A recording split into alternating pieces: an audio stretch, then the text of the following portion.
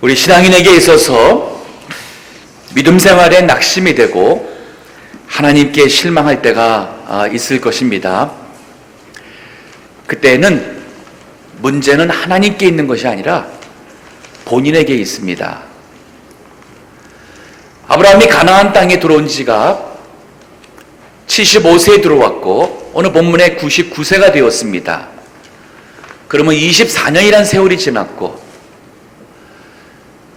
이스마엘을 낳은 지도 얻은 지도 13년이란 세월이 지났습니다. 아마 아내 사례도 이제는 아들을 낳을 수 있는 그러한 신체적 모든 상황도 희망이 없어져가는 없어진 그런 시점이었다고 볼 수 있습니다. 아브라함의 생각에서는 하나님께서 약속은 하셨지만 그만 많이 낙심이 되고 또 하나님께 실망을 하지 않았을까? 오늘 본문의 말씀이 1절 이렇게 시작합니다. 아브라함의 99세 때에 여호와께서 아브라함에게 나타나서 그에게 이르시되 나는 전능한 하나님이라. 너는 내 앞에서 행하여 완전하라. 이 짧은 말씀이지만 이 말씀 속에 하나님은 아브라함이 지금 어떤 상태에 있고 그가 어떤 마음의 생각을 하고 있는지 다 읽고 계시고, 그래서 하나님께서 아브라함에게 때가 되어서 이제는 그 아브라함에게 약속하신 것을 성취하고자 오셔서 말씀을 주시는 겁니다.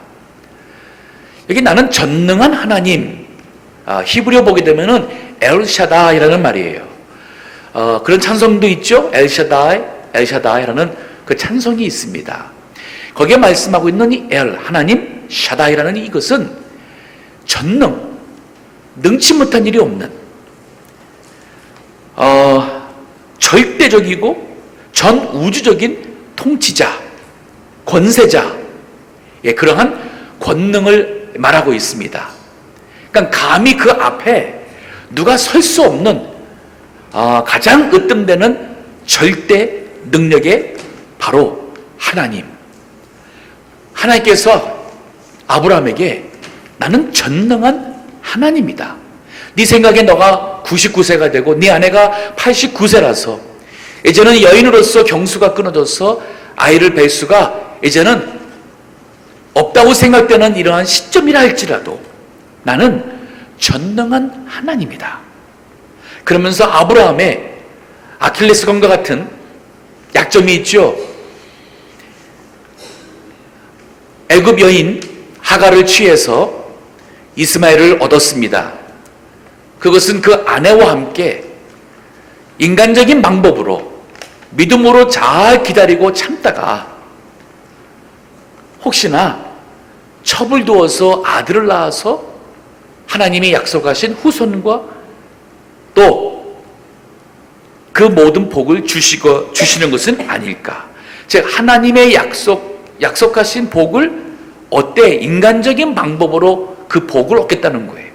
믿음의 방법이 아닌 인간적인 방법으로 그 복을 얻겠다는 그 생각이 들어와서 취한 것이 바로 하갈이었고, 그래서 얻은 아들이 이스마엘이었습니다.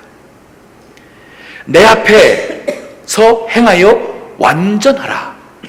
하나님 앞에서 행하라는 것은 하나님을 믿음으로 흔들리지 말고 완전하라.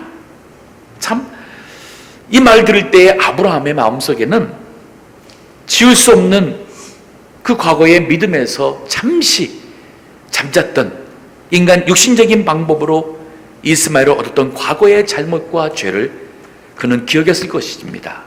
하지만 하나님께서 이 말씀을 준 데에는 과거를 들춰서 아브라함을 괴롭히겠다는 게 아니라 과거에 그런 것이 있었음에도 불구하고 이제 하나님께서 약속하신 대로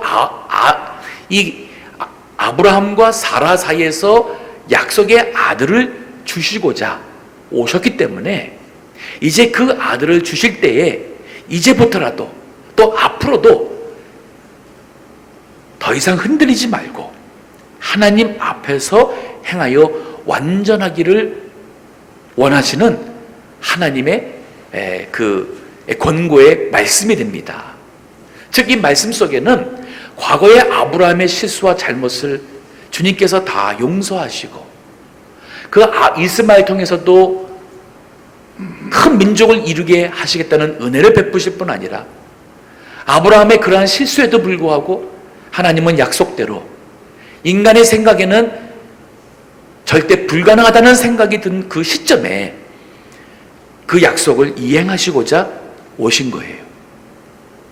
우리 신앙생활 하다 보면은 이해 안 갈 때 있어요. 하나님께서 왜 내 기도를 응답하시지 않으실까? 왜 이렇게 하나님 내가 부당한 일을 당하도 하나님께서는 왜 악한 자들이 더 승하고 하나님을 믿고자 참는 자에게 더 아픔과 어려움을 하나님께서 왜 용인하시는가? 신앙생활 하다 보면은 우리 인간으로서 이해하지 못하고 실망될 때가 많이 있을 겁니다. 하지만 그때 기억하세요. 문제는 우리에게 있는 것이지 하나님에게 있지 않습니다. 이 사실만 기억하시고 그럴 때에 아브라함을 생각하세요. 본토 친척 아비 집을 떠났던 그 위대한 멋진 아브라함이지만 창세기 12장에 보면은 아직도 그는 많이 부족한 사람이었어요. 그래서 애굽에 가서는 자기 아내가 다른 남자에게 가는데도 남편으로서 자기 생명의 위협을 느낀다고 생명을 지키겠다고 아내를 내 누이라고 다른 남자에게 가는 아내를 방치했던 정말 못된 남자예요. 아주 부족합니다. 그러나 하나님은 아브라함과 언약을 맺었기 때문에 그 사라가 다른 남자에게서 해를 잊지 않도록 지켜주셨고 약속하신 복을 오히려 주셨습니다.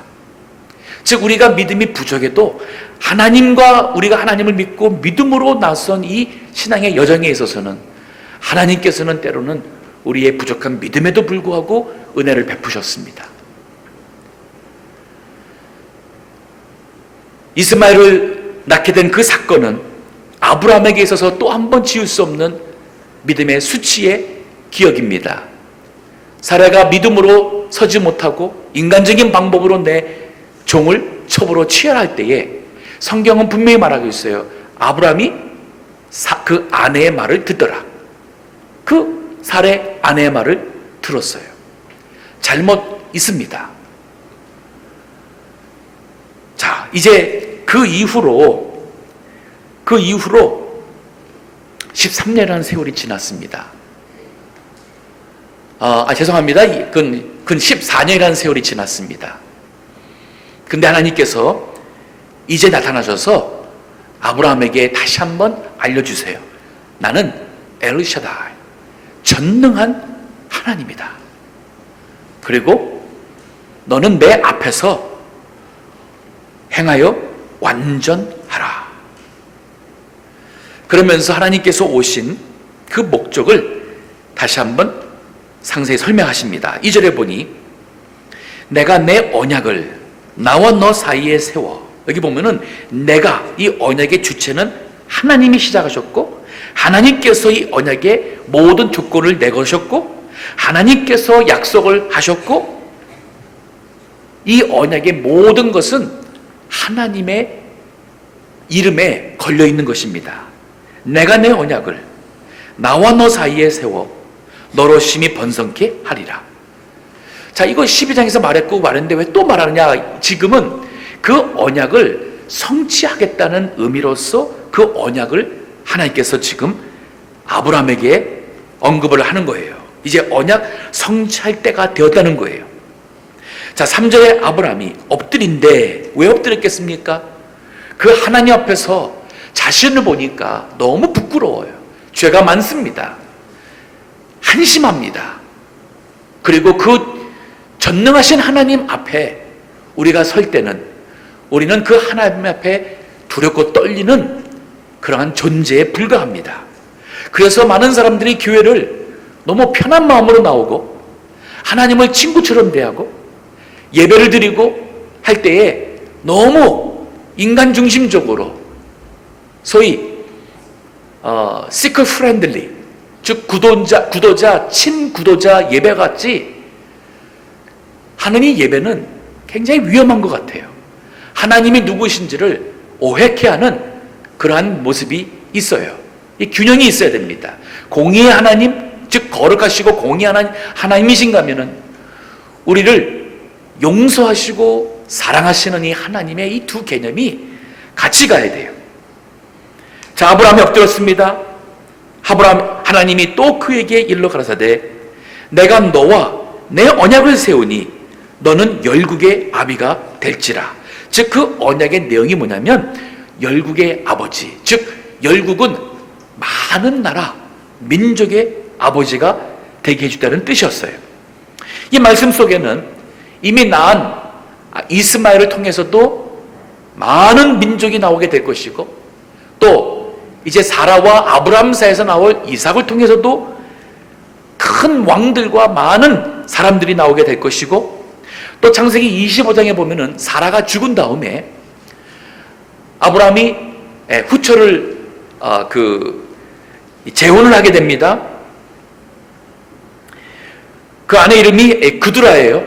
그두라를 통해서 아브라함이 아들을 6을 더 낳습니다. 그들이 지금의 아랍 민족의 그 조상이 되기도 합니다. 또 나중에 야곱의 형이 되는 그 에서가 나오죠. 에서를 통해서도 에돔이라는 그러한 민족이 또 나옵니다. 즉 아브라함의 육신을 통해서 사실 이스라엘뿐 아니라 아랍에 있는 많은 사람들이 나온다는 뜻이에요. 그리고 이 말씀 속에는 아브라함과 같은 믿음으로 구원을 받는 하나님의 언약의 백성이 될, 즉 신약시대의 모든 성도를 또한 가리킵니다. 이것은 갈라디아서 3장 7절에 보게 되면은 그런즉 믿음으로 말미암는 자들은, 이 말은 신약시대 때에 우리 이방인들을 포함한 유대인이 아닌 그 이방인들도 믿음으로 말미암아 아브라함의 아들인 줄 알지어다. 즉 영적으로는 우리도 다 아브라함의 자손이 된다는 뜻이에요. 그래서 이것을 가만히 생각해 보면 유대교, 기독교, 이슬람교 모두가 다 아브라함을 믿음의 조상으로 두고 있는 우리 후손이라 할 수가 있습니다. 제가 말하는 이슬람교와 같은 구원받는 의미가 아니라 이슬람교 믿는 사람들도 그들이 조상이, 육신의 조상이 아브라함이라고 주장을 해요. 물론 구원은 유대교나 이슬람교에는 없습니다. 예수 그리스도가 아니고서는 우리가 죄 용서받고 구원받을 수 없어요.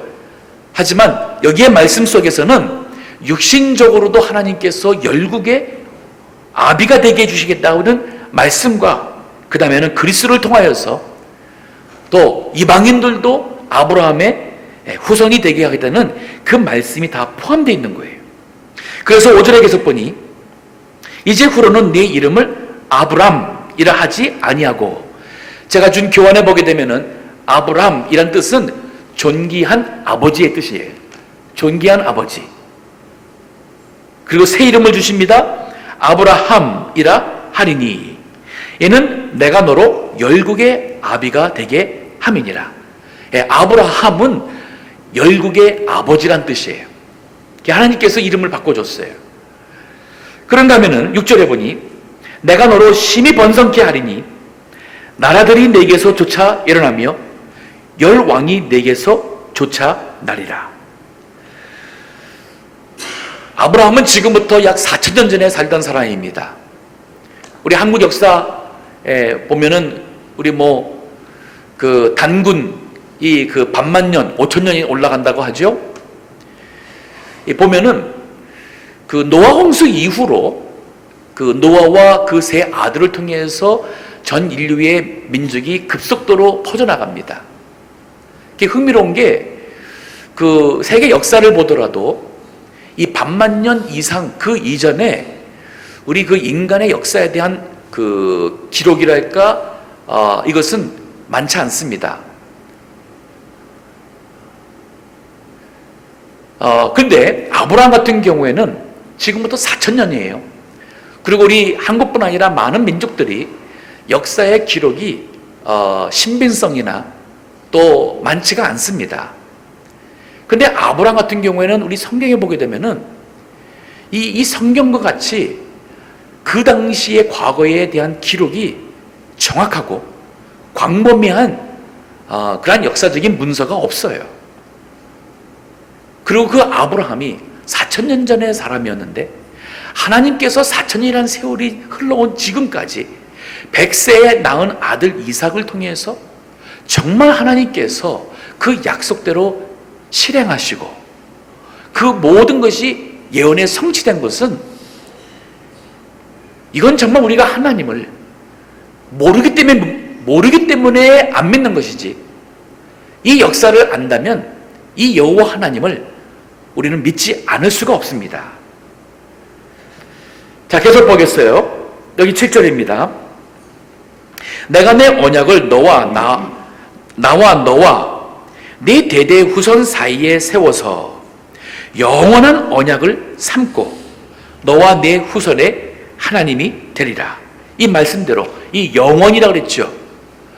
정말로 하나님께서 이 약속대로 그 아브라함의 후손을 열국이 되게 하셨고, 더 나가서 여기 8절 계속 보면은 내가 너와 내 후손에게 너의 우구하는 이 땅 가나안이에요. 곧 가나안 일경으로 주어 영원한 기업이 되게 하고 나는 그들의 하나님이 되리라. 자, 이게 말씀 속에서는 구체적으로 이삭을 통하여서 오는 그 이스라엘 유대 민족에게 그 땅을 주시겠다고 약속을 하셨어요. 그러다가 애굽으로 야곱 시대 때에 이사 가서 400년 동안 그 땅이 없었어요. 근데 하나님께서 이스라엘 백성들이 애굽 고센 땅에 정착해서 거기에 안주하려고 할 때에 하나님은 그 이스라엘 백성들을 괴롭게 하는 바로 왕을 세우셔서 그들이 거기에서 이제 하나님이 약속하신 땅으로 가기를 소망케 하시고 부르짖게 하시고 모세를 보내어서 가나안 땅으로 돌아오게 하세요. 하나님의 행하신 일이 너무 놀랍습니다. 우리 14장에서 봤죠? 하나님께서 아브라함에게 400년 동안 네 후손들이 이방 땅에서 계기된다고 했던 그 약속의 성취였습니다. 자, 하나님의 약속에서 땅이 왔는데 그 하나님의 백성들이 하나님을 온전히 섬기지 않고 가나안의 그 신들을 섬기고 우상 숭배하고 죄를 범하니까 하나님께서 그들을 심판하셔서 집어치셨어요. 솔로몬의 성전도 집어치셨습니다. 그래서 그들이 그 땅에서 쫓겨났습니다. 포로로 갔습니다. 그리고 바벨론의 통치 아래 그들의 민족은 역사 속에 사라질 수밖에 없는 그러한 지경까지 갔어요. 페르시아가 일어나고 헬라가 일어나고 로마가 일어나고 로마가 망하고, 그리고 이 유대인들은 세계의 각처에 흩어져 버린 그러한 유랑하는 민족이 되었었어요. 러시아에도 있었고 유럽에도 있었고 아프리카도 있었고 각종 나라에 흩어져 있는 이 유대인들이 1900년대 후반 들어서면서부터 예루살렘으로 다시 돌아가자는 그 시온 운동에 시작이 됩니다. 근데 그 당시에 보게 되면은 역사적으로 이 그 유대인들을 차별하는 그 인종 차별하는 일들이 유럽에서 일어나기 시작해요. 역사적 우리가 세계적으로 본다 그러면은 참 이런 비인권적이고 참 그 악한 그런 지도자들이 나와서 그들이 참 재산을 빼앗기고 억울하게 감옥에 가고 죽임을 당하게 되고 하는 이런 일이 일어나는데, 그 일을 당하면서 유대인들 마음속에 그들이 갈 곳은 바로 약속의 땅 시온으로 돌아가겠다는 그런 사람들이 하나 둘 짐을 싸고 올라가기 시작한 거예요. 그리고 모인 사람들이 1948년도에 독립을 선포하게 되고 유엔에서 이스라엘을 독립국가로 인정합니다. 근데 그것이 불가능할 텐데 그게 됐어요. 왜냐하면 그 주변에 이집트나 모든 아랍 국가들이 반대를 해야 되는데 희한하게 반대를 안 했어요. 왜인지 아세요? 저는 그 이유 중에 하나가 뭐냐면 바로 2차 대전 때에 독일의 나치 그 통치로 인해서 600만 명이 죽는 그 홀로코스트의 끔찍한 사건이라고 봅니다. 그 홀로코스트로 인해서 유대인들이 당한 이 끔찍한 일을 통해서 주변 모든 사람들이 그 백성들이 독립국가로 선포할 때에 막을 수 있는 정치적 상황이 아니었어요. 우리가 이 역사와 성경을 보게 되면은 너무너무 신기하고, 우리 세상적인 표현인지 모르겠지만 기가 막힌다는 표현이 있죠. 우리가 몰라서 그래요. 역사를 공부를 해도, 세상적으로 고고학을 공부해도 성경을 모르면 그 하나님의 행하시는 놀라운 역사를 모르기 때문에 사람들이 이 하나님을 믿지 못합니다. 근데 우리가 이 성경을 보게 되면 너무 놀라운 거예요. 여기 말씀하시잖아요. 4,000년 전에 하나님께서 약속을 했어요. 내가 8절입니다. 너와 네 후손에게 너의 우고할 이 땅, 우고하는 이 땅 곧 가나안 일경으로 주어 영원한 기업이 되게 하고 나는 그들의 하나님이 되리라. 그러면서 9절에서는 이 하나님의 약속을 네가 진짜 믿는다면, 또 너의 후손들이 정말 믿는다면 그 믿음의 고백으로 이제는 하나님이 요구하시는 언약의 그 표징, 그 순종에 요구하는 것이 있었어요. 그게 바로 할례입니다. 9절에 보게 되면은 이런 말씀이 있습니다. 하나님이 또 아브라함에게 이르시되 그런즉 너는 내 언약을 지키고 내 후손도 대대로 지키라. 자, 어떻게 이 언약을 지키느냐? 10절에 보니 너희 중 남자는 다 할례를 받으라. 이것이 나와 너희와 너희 후손 사이에 지킬 내 언약이니라. 왜 여자는 빠지고 남자만 있는가? 왜냐하면 당시 문화권 속에서는 남자의 신앙을 자동적으로 아내가 따라가는 문화였어요. 아버지의 신앙을 자녀들이 자동적으로 따라가는 문화였습니다. 그렇기 때문에 그 사도행전 16장에 보게 되면은 바울이 빌립보 감옥에 있으면서 그 간수에게 복음을 전하고 그 간수에게 세례를 받으며 구원받게 할 때에 이런 말을 해요. 주 예수를 믿으라. 그러면 너와 네 집이 구원을 받으리라. 아니, 지금 간수하게 얘기하고 있는데 너와 네 집까지 포함하고 있어요. 이게 바로 뭐냐면은 그 간수가 거기서 예수를 영접하고 가족을 다 모아가지고는 집에 가서 다 일어나라고, 아내고 자식을 다 나와라 설명하는 거예요. 그리고는 이제부터 우리 집은 예수 그리스도를 믿는다. 그러면 그 아내나 자식들이 그 아버지와 남편의 그 결정에 다 따라가고 예수님을 믿기로 하는 그 문화였었어요. 사실 이러한 남편과 아버지의 영적 권위가 이 시대에도 어느 정도 회복이 돼야 돼요. 아브라함이 그것을 못했기 때문에 사례를 따라가서 하갈을 취하는 그러한 큰 실수를 범했습니다. 우리 남편들이, 아버지가 믿음에 있어서 앞서가야 됩니다. 바르게 서야 돼요. 근데 그러지 못하다 보니까 왜 요즘에 남자들이 설 곳이 없는가? 특히 은퇴하고 나서 왜 자녀들에게 자꾸 이렇게 상처를 받게 되고 섭섭한 일이 있게 되는가? 우리 영적으로 바라서지 못해서 그래요. 나이가 들수록 우리가 자손들한테, 후손들한테 이길 수 있는 것 많지 않습니다.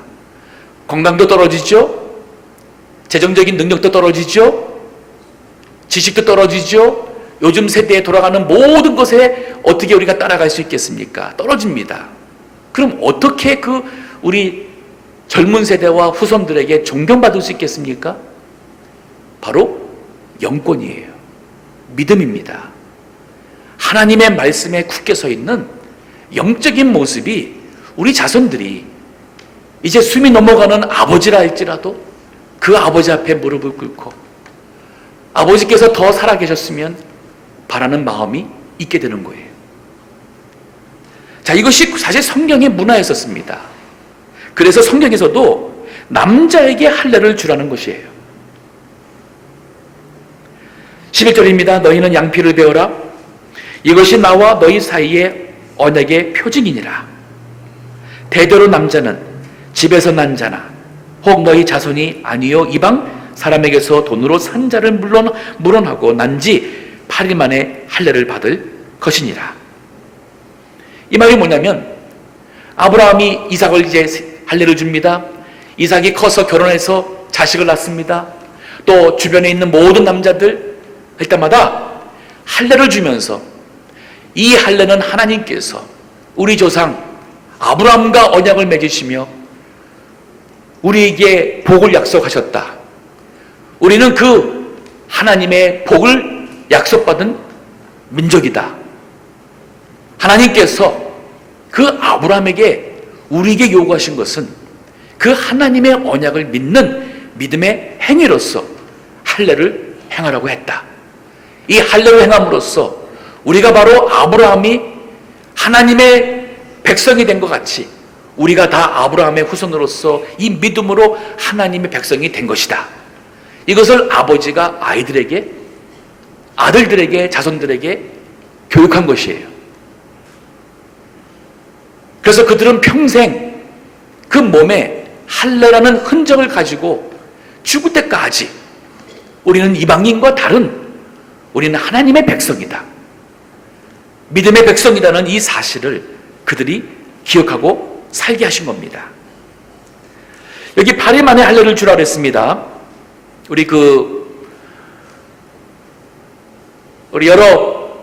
왜 8일 만에 주라고 했는가 할 때에 여러 학자들이나 또 목사님들이 여러 설명이 있어요.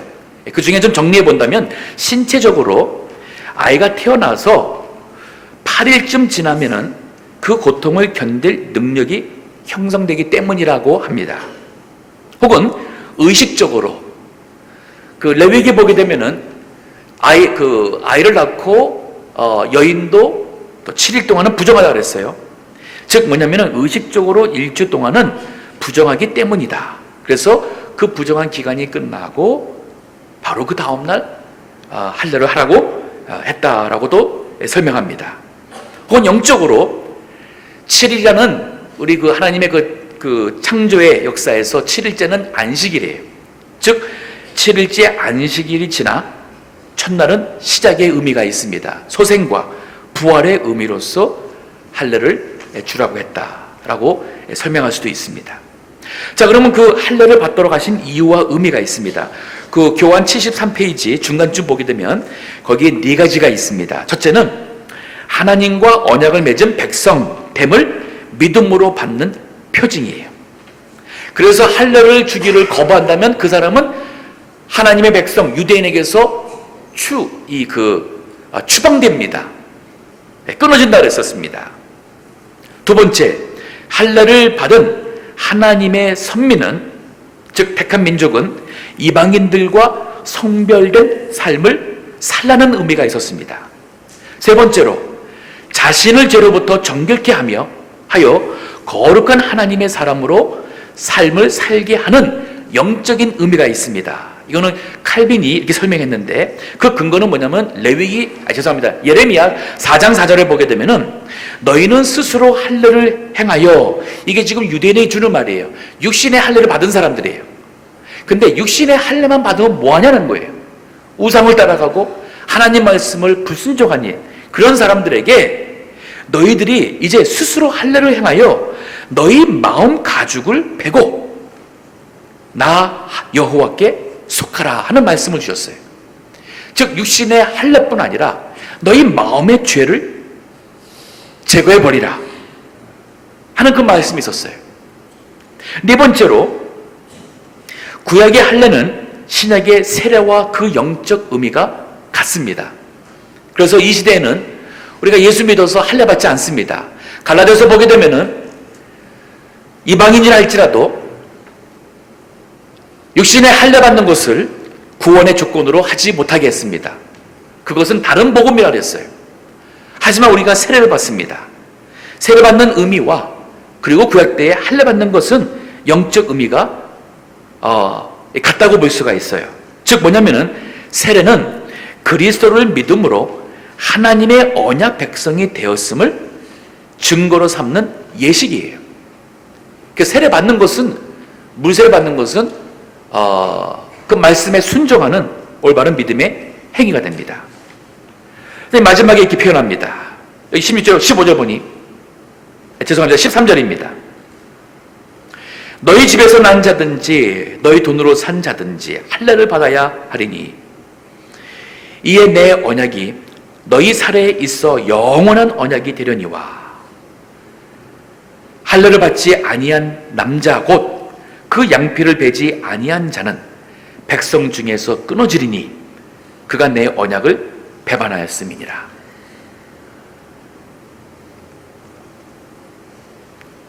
그래서 육신의 할례를 받는 것이 중요했고, 오늘날도 우리가 물질적 물세례 받는 것도 중요합니다. 하지만 더 중요한 것은 그것이 바로 하나님의 언약 백성이 되었다는 사실을 우리가 깨닫고 그 언약 백성으로서 여호와 하나님만을 예배하며 그 하나님을 말씀을 지키는 것이 중요한 거예요. 이거 벗어나게 되면 그 육신의 할례는 의미가 없다고 그랬어요. 지금도 마찬가지입니다. 우리가 물세례를 받았는데 그만 이슬람교로 개종했다? 교회를 떠나서 신앙생활하지 않고 세상을 따라가며 살아간다? 그러면 물세례가 무슨 의미가 있겠는가 하는 질문을 갖게 되죠. 이것이 바로 로마서 2장 28절과 29절에 이 말씀이 있어요. 바울이 유대인들을 향해서 책망하는 것이었습니다. 대저 표면적 유대인이 유대인이 아니요 표면적 육신의 할례가 아니라 오직 이면적 유대인이 유대인이며 할례는 마음에 할지니 신령에 있고 의문에 있지 아니한 것이라. 그 칭찬이 사람에게서가 아니요 다만 하나님에게서니라. 하나님께서, 여호와 하나님께서 전능하신 분으로서 우리 인간을 구원하시기 위하여 아브라함과 인격적 만남 그리고 언약 관계를 시작하시고 아브라함과 같이 믿음으로 사는 모든 우리 이방인까지도 그리스도 안에서 하나님의 언약 백성 삼아주시며 믿음으로 살기를 원하십니다. 오늘 우리 하나님께서 아브라함이 이제 약속한 그 이삭을 주어도 이삭을 우상화하지 아니하고 그 이삭을 주신 전능하신 하나님만을 온전히 섬기는 믿음의 준비가 되었을 때까지 기다리신 이 하나님께서 때가 되매 나는 전능한 하나님이라 내 앞에 행하여 온전하라 하신 말씀처럼 우리 삶 속에 어려운 일이 있고 실망된 일이 있을 때에 이 말씀 기억하세요. 문제는 나의 부족함이에요. 내 믿음에 아직도 덜 익은 내 믿음입니다. 그래서 하나님께서 때로 우리의 기도와 기대에도 하나님께서 더 기다리라 하시고 어려운 시험도 허락하십니다. 이때에 우리가 더 믿음에 굳게 서서 나가면 약속하신 모든 복을 하나님께서 주실 것이며 하나님께서 우리의 믿음의 후손이 대대로 이어지는 은혜를 주실 것입니다. 다 같이 기도하겠습니다.